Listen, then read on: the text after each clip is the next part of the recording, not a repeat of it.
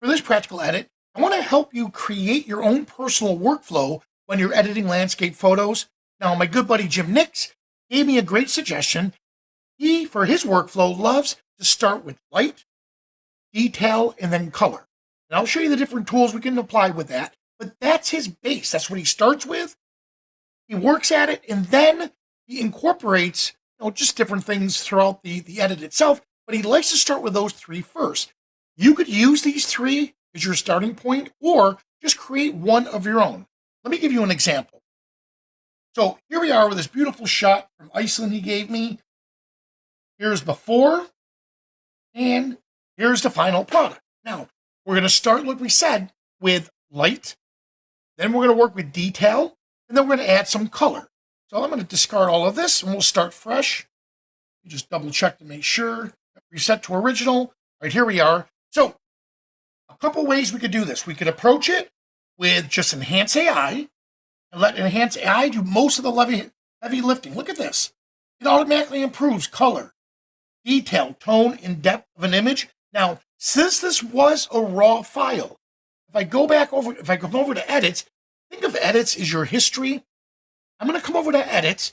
I can still, because it's non-destructive, I can go back and start with develop raw. So if you started with Enhance AI and you realize, it's not just giving me what I want, you can always go back into edits and then from there, continue. Now, I'd like to go through and just check to see if any of the profiles will help out in the beginning.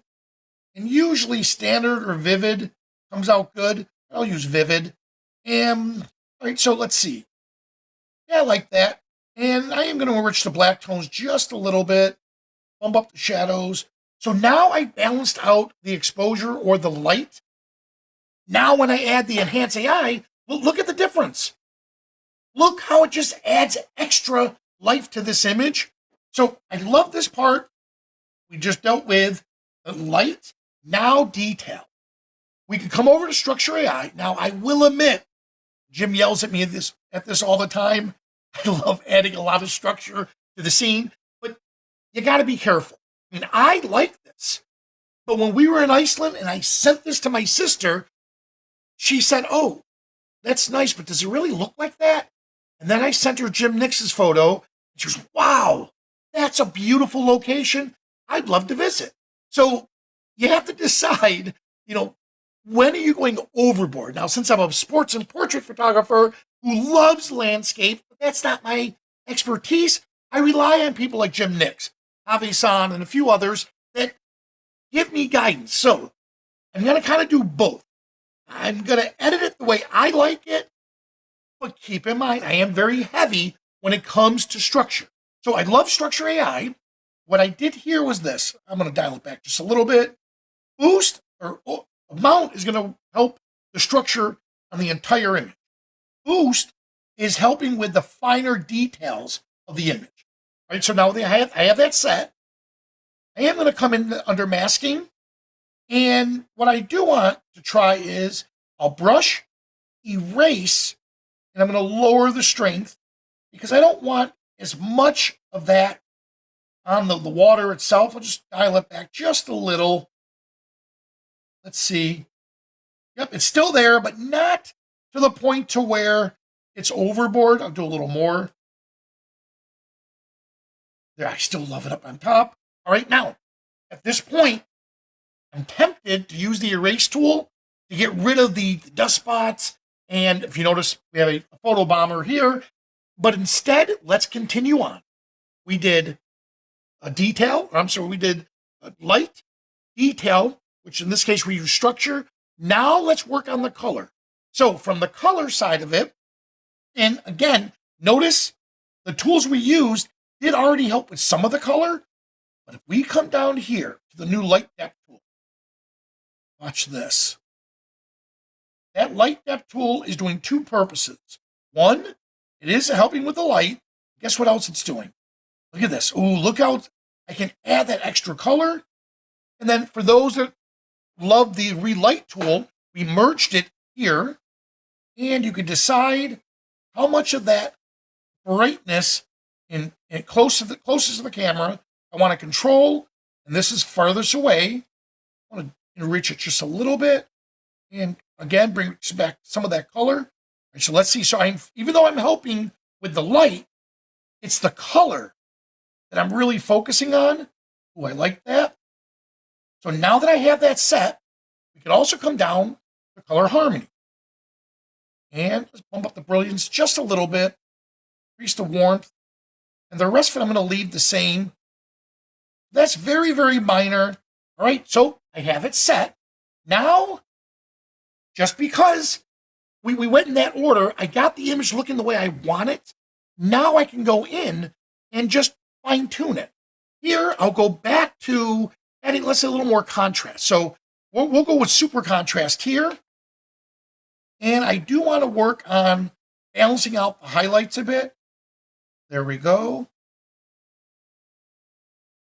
And then maybe some of the midtones. And then let's see the shadows. I'm going to dial the shadows way back. All right, just a little, not to where it's overboard. All right, so now that we have it set, I'm going to come back up here to color. And I'm going to desaturate the entire image just a bit. There, so now that's looking more realistic. But I want to increase the vibrancy of the muted colors. Oh, there we go, look at that. So again, I know that that was something here where I got a little heavy-handed with the color that I do know my sister looked at and thought, doesn't look fake. To me, this looks more realistic. Now that I have this set, I have two options here. I could create a preset, which we're going to do, and then go back to the preset and then finish it off. Or I could just continue with the edit. But since we did a whole series of these in Iceland, I want to create the preset first. So I'll come down here to the preset, save as a preset, and you're going to see why we're doing this. I did Jim Nick style earlier. Let's do another one, and we'll just call this Jim Nick's style 2. All right, there we are. Now, here's what I really like. So if you feel you were heavy-handed on your editing, you could always come back here. Look at this. I can control the entire instructions that I gave it in one slider. So now I could take it, and if I feel I was too heavy with the editing, I could bring that down to, let's say, maybe 80-ish, 90-ish, somewhere around that range. You know what? There it is. All right, so there, I like the edit. Now let's finish it off. So I did this, and chances are what I would do is I would take it and I would edit the entire, let's remove dust spots. I would use that and apply it to all the images of the set. Now that we have it, the base of it, I have it all set. It looks great. Then you go back in for quality control. And if it's just one image, it's fine. You don't really need to make the preset. But if you're going to batch process, that's a great time to start creating the presets. And here, I am going to let it look through the entire image to find these dust spots. As you know, as landscape photographers, dust spots are always going to appear no matter how well you clean that sensor. Now, I chose over here to remove dust spots, and it does take a little while, but it does a phenomenal job. Look at that. It finds the dust spots that I may have otherwise missed. Now that I have that set, let's get rid of this photo bomber. Rid of it there. Erase. And once we have it set, there we are. We can come in and maybe finish off a little bit with a vignette. That's entirely up to you. Or you could have included that vignette right about there in the final preset. I kind of like putting it individually because maybe I didn't want that into the other shots. Either way, it's up to you. This is where you, being an artist, can decide. All right, so let's check it out again. Here it is before, after, and for those that love the split view, look at this. All right, and we have it all set. So I hope I made my buddy Jim Nix proud on this edit. The concept that I really wanted to stress with you is not just how to edit landscape photos, but how to create your own workflow. And once you get that workflow down, then you're becoming proficient with your editing.